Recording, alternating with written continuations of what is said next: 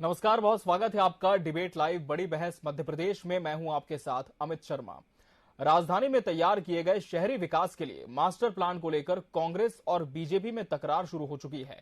गोविंद सिंह ने साफ शब्दों में कहा है कि हमारी सरकार 4 महीने के बाद आ रही है और कांग्रेस की सरकार आते ही बीजेपी ने जो मास्टर प्लान तैयार किया है उसे बदल दिया जाएगा और इस पर अब सियासत भी खूब हो रही है।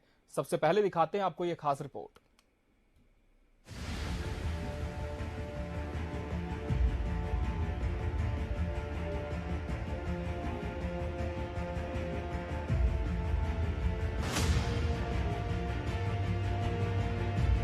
मंगलवार को नेता प्रतिपक्ष डॉक्टर गोविंद सिंह ने प्रेस कॉन्फ्रेंस करते हुए मास्टर प्लान के नक्शे को दिखाया है। गोविंद सिंह का कहना है कि जो तालाब की जमीन है उसे भी मास्टर प्लान शहरी विकास में शामिल कर दिया है। इसी के साथ उन्होंने कई गंभीर आरोप भी लगाए। नेता प्रतिपक्ष डॉक्टर गोविंद सिंह ने कहा है कि सरकार ने विपक्ष से किसी भी तरह की कोई सलाह नहीं ली और मास्टर प्लान तैयार कर बना दिया, जो कि पूरी तरह से निराधार है। ना वहाँ सीवर लाइन की कोई व्यवस्था है, ना पानी निकास की ऐसी कोई व्यवस्था है। और कहाँ पार्किंग, इतना जब ट्रैफिक बढ़ेगा, मार्केट बनेगी तो गाड़ियाँ खड़ी कहाँ होंगी, कहाँ पार्किंग होगी, कहाँ लोगों का ग्रीन जोन रहेगा जहाँ बैठने उठने के लिए।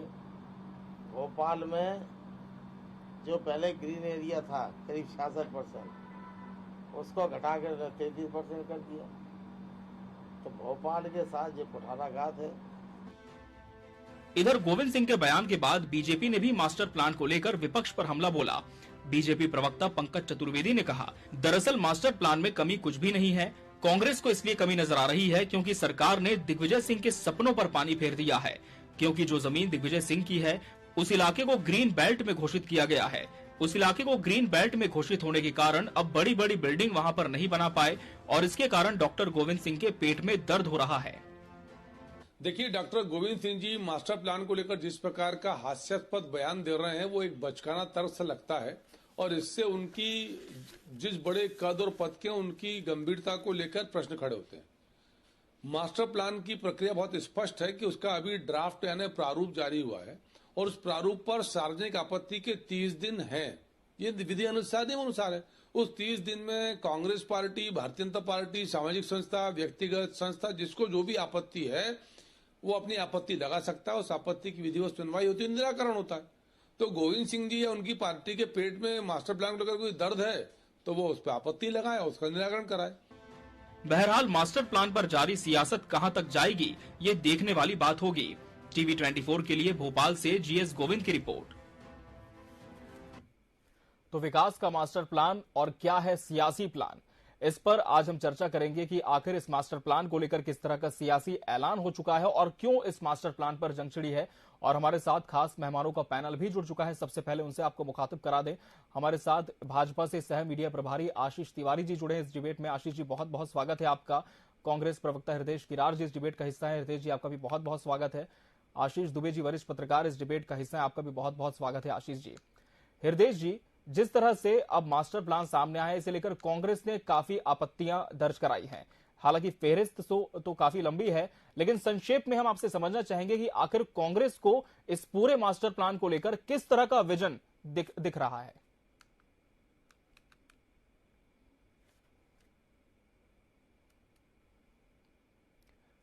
हृदय जी, आप सुन पा रहे हैं मुझे? हृदय जी, क्या आपको मेरी आवाज मिल पा रही है स्टूडियो से? चलिए, हृदय जी से हम फिर से संपर्क करने की कोशिश करेंगे। हम भाजपा सह मीडिया प्रभारी आशीष तिवारी जी का रुख कर लेंगे। आशीष जी, जिस तरह से मास्टर प्लान का जब ऐलान हुआ इसके बाद कांग्रेस ने बकायदा प्रेस कॉन्फ्रेंस की। नेता प्रतिपक्ष डॉक्टर गोविंद सिंह तो ये कह रहे हैं कि अभी 4 महीने के बाद कांग्रेस की सरकार आएगी और इस पूरे मास्टर प्लान को ही बदल दिया जाएगा। लेकिन क्या आपको लगता है कि इस मास्टर प्लान में इतनी खामियां हैं जिसे बदलने के लिए अब कांग्रेस कह रही है? देखिए, मास्टर प्लान को लेकर कांग्रेस ने जो बातें की,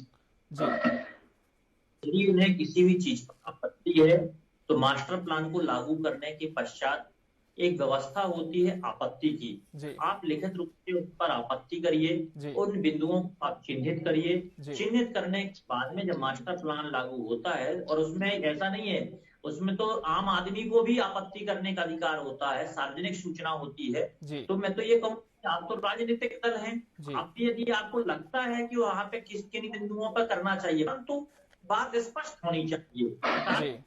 ये भी होना चाहिए कि आपके मन में लालच और द्वेष ना हो। आप पहले नंबर उस बात को समझने का प्रयास करें कि राजनीति आप किन मुद्दों पे कर रहे हैं। यदि वह मुद्दा समाज के हित का है, क्षेत्र के हित का है, तो हमें राजनीति करना चाहिए। आज परिस्थितियां कांग्रेस की ये बन गई हैं कि भारतीय जनता पार्टी की सरकार कुछ भी काम करती है तो उसे लेकर के आज वर्तमान परिस्थिति में कांग्रेस केवल विरोध करती है। तो मेरा ये कहना है कांग्रेस के मित्रों से कि कम से कम विरोध करने के पहले उस मास्टर प्लान को आप पढ़ते, उसको जानते कि उसमें बिंदु क्या है, उन बिंदु की यदि किसी बिंदु पर आपत्ति है तो उस बिंदु पर आप आपत्ति व्यक्त करते।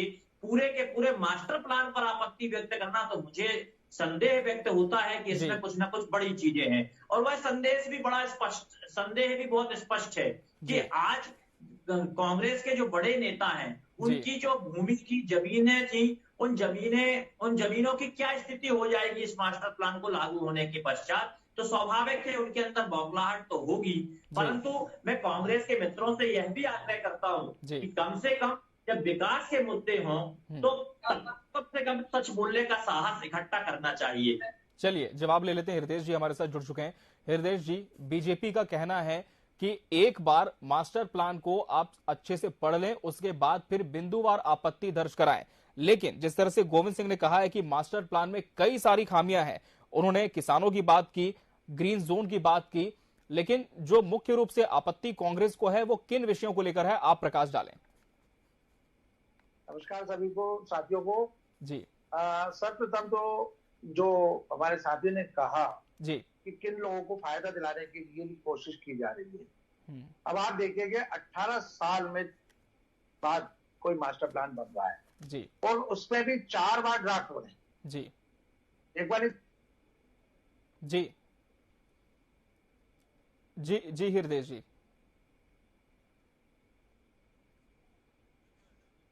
जी हृदय जी आपसे फिर से संपर्क करने की कोशिश करेंगे। नेटवर्क कनेक्टिविटी की वजह से आप तक संपर्क नहीं हो पा रहा है। हम रुक कर लेंगे वरिष्ठ पत्रकार आशीष दुबे जी का। आशीष जी, जिस तरह से कोई भी जो मास्टर प्लान है वो आगे के विजन को लेकर तैयार किया जाता है, हालांकि भाजपा ने भी कुछ ऐसा ही किया है और ये जो प्रस्तावित मास्टर प्लान है वो 2031 तक का है, जहां छोटे प्लॉटों पर अधिकतम निर्माण की अनुमति नहीं देने से 1 लाख से अधिक संपत्ति धारकों को नुकसान उठाना पड़ेगा। ये एक बड़ा मुद्दा है जिसे कांग्रेस ने अपनी पूरी प्रेस कॉन्फ्रेंस में हाईलाइट किया है। लेकिन यदि हम एक आम जनमानस के तौर पर देखें तो कितना लाभ इस मास्टर प्लान से हो सकता है? देखिए, मास्टर प्लान ना होने से जितना नुकसान हो सकता है उतना तो भोपाल को हो ही चुका होगा, क्योंकि इतने साल जब नहीं था तो अब जो मास्टर प्लान आया है तो इस मास्टर प्लान के तहत जो विकास होना चाहिए, वैसे मास्टर प्लान 15 साल के लिए बनाए जाते हैं अमूमन, जिस तरह का जो एक वो रहा है, लेकिन अब जब मास्टर प्लान आया है तो उसके अकॉर्डिंग अगर विकास होता है तो वो शहर के लिए फायदेमंद होगा। लेकिन मुझे इसमें थोड़ा सा डाउट इसलिए लगता है कि बीच में करीब 12-15 साल का अरसा ऐसा था कि जिसमें मास्टर प्लान नहीं था और विकास लगभग जो है अनियंत्रित रहा। विकास का जो पहिया था, कॉलोनियां बन गई, अवैध कॉलोनियां बन गई, सारी चीजें बन गई और बहुत सारी विसंगतियां इसमें उभरी। तो अब अगर जो मास्टर प्लान 8 साल के लिए अभी आया है 2031 तक के लिए, तो वो जो 8 साल हैं, मुझे लगता है वो इस सारी जद्दोजहद में हो जाएंगे कि जो पुरानी गड़बड़ियां हुई है बसाहट को लेकर के, उसको ठीक करने में तो कहीं सरकार को ये ध्यान देना होगा, या उन्होंने शायद दिया होगा इस एंगल पे, कि कहीं ऐसा ना हो कि पुरानी जो अनियंत्रित बसाहटें हैं उससे नया प्लान क्लैश ना हो जाए, उसको बचाना होगा, वरना नया प्लान प्रभावशाली ही नहीं हो पाएगा। तो ये सरकार अगर इस तरह इस एंगल पे शायद सोचा होगा उनके एक्सपर्ट्स ने, तो मास्टर प्लान का थोड़ा बहुत जो भी भोपाल को फायदा हो सकता है वो होगा। लेकिन इसकी समीक्षा जरूर होना चाहिए कि जो पिछले 15 साल बिना मास्टर प्लान के विकास हुआ तो उसमें क्या गड़बड़ियां हैं और उसे कैसे ठीक किया जाए। बिल्कुल, इसकी समीक्षा भी होनी चाहिए। हम रुक कर लेंगे एक बार फिर से कांग्रेस प्रवक्ता हृदय किरार जी का। हृदय जी, यदि आपको मेरी आवाज स्पष्ट मिल पा रही हो तो आपकी बात पूरी करें। जी आ रही है। देखिए मैं कह रहा था आपसे कि हमारे गोविंद सिंह जी ने जो कहा उस चीज का आप उसमें जाइएगा तरम में कि आखिर क्या वजह है कि 18 साल लग गए इस जॉब मास्टर प्लान को लाने के लिए, और मास्टर प्लान को लाने के लिए 18 साल में 4 बार ड्राफ्ट बनाए गए जी, और उसके पीछे क्या लॉजिक था कि इतने रोक के रखा गया। राजधानी मध्य प्रदेश की राजधानी भोपाल का जो विकास होना चाहिए उसमें विकास तो ना होते हुए इन्हें अपने चाहने वालों को विकास कर दिया। जिस ढंग से आपने देखा हो कि हमारे शहर जो जंगल के राजा शेर थे आज शहर में घूम रहे हैं, और शहर के जो ब्यूरोक्रेट्स है वो जंगल में घूम रहे हैं। क्या है वजह, क्यों इस चीज को लेकर चल रहे हैं? तालाब की स्थिति देखिएगा कैसे उसमें कैचमेंट एरिया के अंदर निर्माण हो रहा है, उनको रोकने के लिए क्या किया उन्होंने। आज अरेरा कॉलोनी की स्थिति देखिए, एक मकान बेचारा बना जो अपने खून पसीने कमाई बैठा है उसके बाजू में भवन खड़ा कर दिए गए। क्या ये विकास से किस चीज को लेके आप करना चाह रहे हो? तो स्वाभाविक इसकी समीक्षा होना चाहिए। जो आधा अधूरा जो मास्टर प्लान लेके आए और गरीब लोगों के लिए और उसके लिए कोई प्रोग्राम नहीं है, इस पर समीक्षा बहुत विचार करने की आवश्यकता है। बिल्कुल आशीष तिवारी जी, कांग्रेस ये कह रही है और साथ ही वरिष्ठ पत्रकार आशीष दुबे जी ने भी कहा है कि मास्टर प्लान आप लेकर आए ये अच्छी बात है, लेकिन इसमें समीक्षा करने की भी जरूरत है। तो क्या अब जो कुछ बिंदु है जिसे कांग्रेस उठा रही है उस पर पार्टी विचार कर सकती है? निश्चित तौर पर ये तो सार्वजनिक हित का विषय था, और साथ ही साथ यह भी विषय था कि उससे यह भी सूचना थी कि सार्वजनिक लोगों को भी आपत्ति करने की व्यवस्था है। तो मैं तो ये कहूंगा कि कोई आम आदमी भी जाके उसमें आपत्ति करेगा तो आपत्ति का निराकरण होगा, तो वह सही है। पर आपत्ति ही गलत हो तो निश्चित तौर पर प्रश्न चिन्ह खड़े होते हैं। और आज वहां की जो परिस्थितियां हैं, मैं अभी एक समाचार पत्र को पढ़ रहा था और मैंने उसमें देखा कि दैनिक भास्कर ने शायद उसे दैनिक भास्कर ने प्रकाशित किया है कि कोराव डैम वाली जो घटना है कि वहां पर कांग्रेस के बड़े बड़े नेताओं के जमीनें थी, वह जमीनें उस क्षेत्र में आ रही हैं। यही कारण है कि वो लगातार ऐसे प्रकार की घोषणा कर रहे हैं कि हम मास्टर प्लान को बदलेंगे। तो मुझे ऐसा लगता है कि कम से कम व्यक्तिगत लालच से हटना चाहिए, और मुझे ऐसा लगता है कि जहां विकास की बात है वहां कम से कम बोलना चाहिए और सच को बोलने का साहस इकट्ठा करना चाहिए। चलिए हृदय जी, बीजेपी तो कह रही है कि निश्चित तौर पर हम समीक्षा भी करेंगे और अगर कोई आम नागरिक है तो वो भी इस पर आपत्ति दर्ज कर सकता है। तो क्या कांग्रेस इस पूरे जवाब से संतुष्ट है? माननीय पूर्व प्रधानमंत्री अटल बिहारी वाजपेयी ने कहा था कि कुछ लोगों को कुछ समय के लिए बेवकूफ तो बनाया जा सकता है और कुछ समय के लिए बेवकूफ बनाया जा सकता है, लेकिन सभी लोगों को बेवकूफ नहीं बनाया जा सकता।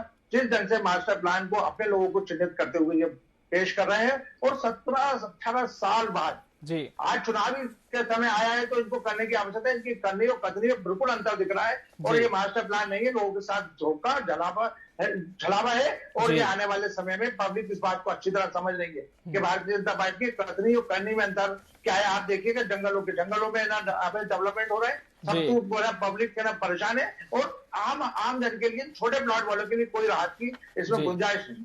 जी आशीष दुबे जी, जिस तरह से मास्टर प्लान में एक और बिंदु है जैसे कांग्रेस ने हाईलाइट किया वो ये है कि मुख्यमंत्री ने अवैध कॉलोनियों को वैध करने के लिए जो घोषणा की है, ऐसी स्थिति में प्रस्तावित मास्टर प्लान का कोई औचित्य नहीं रह जाएगा और इस घोषणा पर ही प्रश्न चिन्ह खड़ा हो गया है। तो क्या इसे सही माना जाए? जब मास्टर प्लान नहीं था तो इतनी सारी अवैध कॉलोनियां बन गई। अभी एक अवैध कॉलोनियों को वैध करने का एक चरण पूरा हुआ, दूसरा चरण अभी और होना है जिसमें 2500 कॉलोनी और हैं।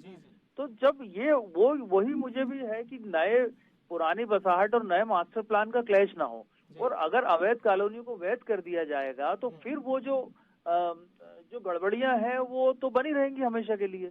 तो अब ऐसा कुछ मुझे लगता है ऐसे इस तरह का कोई चीजें सामने आनी चाहिए। अभी मास्टर प्लान की और भी चीजें सामने आएंगी। कुछ लोग अगर दावे आपत्ति करते हैं तो उसके बाद हो सकता है कि कुछ उसमें और सुधार हो, संशोधन हो। तो होना कुछ ऐसा चाहिए कि भोपाल की जो प्राकृतिक विशेषता है या भोपाल की जो पुरानी धरोहरें हैं, जो हेरिटेज सिटी है, भोपाल का जो विकास है, जो तालाब है, उन सब का संरक्षण किया जाए और उनके आसपास की बसाहटों को कायदे से, तो जो अवैध कॉलोनियां हैं उनको हटा के कहीं शिफ्ट करना चाहिए था। लेकिन जब उसको वैध किया जा रहा है तो जो बच कुछ गया है भोपाल में जो कुछ, उसको संवारने का एक बढ़िया एक एक ड्राफ्ट सामने आना चाहिए और उसमें सारे नागरिकों की और शहर के बहुत सारे बुद्धिजीवी हैं, पर्यावरणविद हैं और वास्तुकार हैं, दूसरे जानकार हैं, उन सबकी एक सहमति होनी चाहिए, क्योंकि 10-15 साल का जो नुकसान हुआ बिना मास्टर प्लान के, उसकी भरपाई के लिए अगले 15, 20, 25 साल का प्लान बनना चाहिए। जी हृदय जी, आपकी बात पूरी करें। जी जी, मैं कहना चाह रहा था कि देखिए, जो मास्टर प्लान बनाया है तो वो भोपाल शहर के जो वास्तुविद हैं, अपने आर्किटेक्ट हैं और इंजीनियर्स हैं, एसोसिएशन हैं, उन लोगों की राय लेना चाहिए। और दूसरी बात है, जंग से है ना, जो अवैध कॉलोनियों को बैन करने का अपने माननीय सीएम साहब ने जो घोषणा की है, उससे रेरा और जो संस्था है टीएनसीबी और इन लोगों का एक प्रश्न लग जाता है कि उन लोग को डेवलपमेंट कर रहे हैं और इन अवैध कॉलोनी को बैन कर दिया, तो लोग कैसे विश्वास करेंगे कि एक व्यक्ति 25-50 साल से अपने मकानों में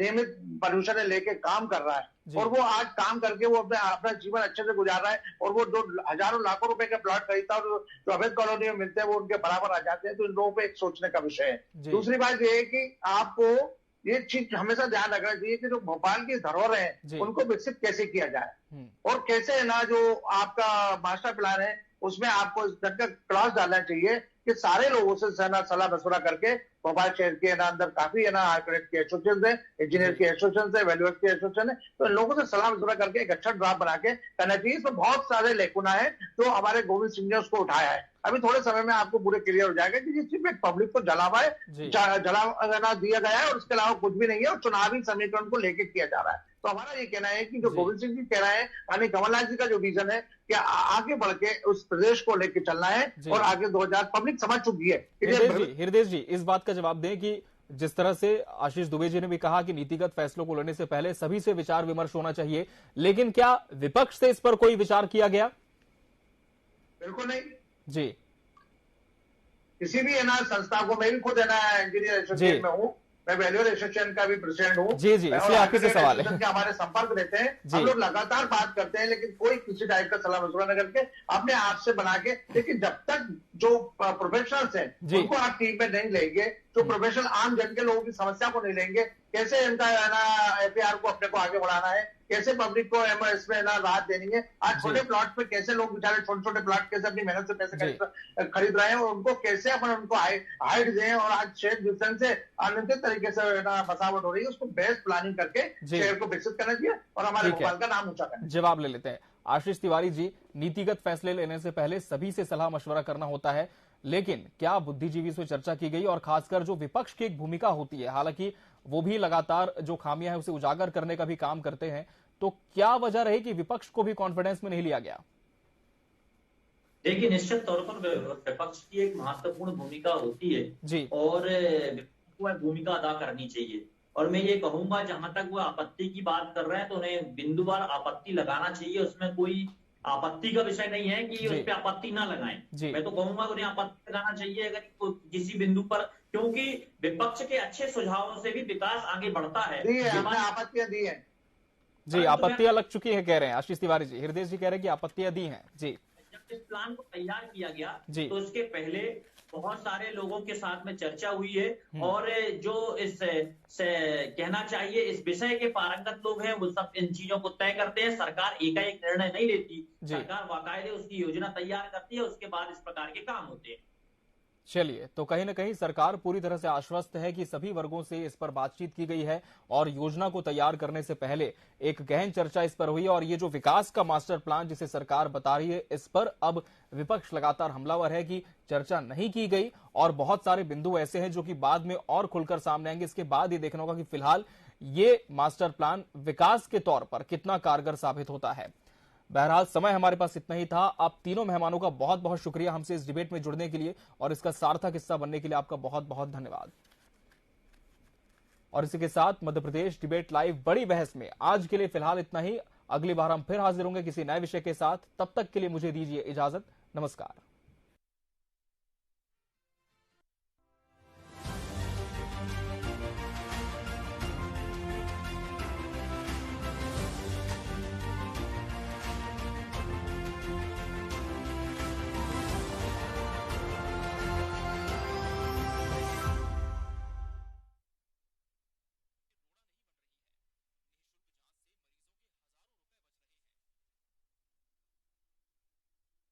सार्वभौम पीडीएस।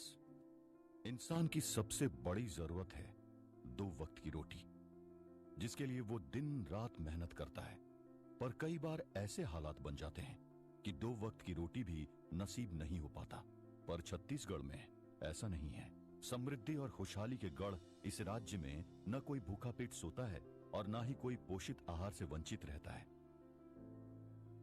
लोगों के दिलों में बसने वाले और उनके भरोसे की सरकार भूपेश सरकार ने राज्य के नागरिकों को खाद्यान्न तो उपलब्ध कराया ही है, साथ ही खाद्य सुरक्षा से पोषण सुरक्षा की ओर कदम भी बढ़ाया है।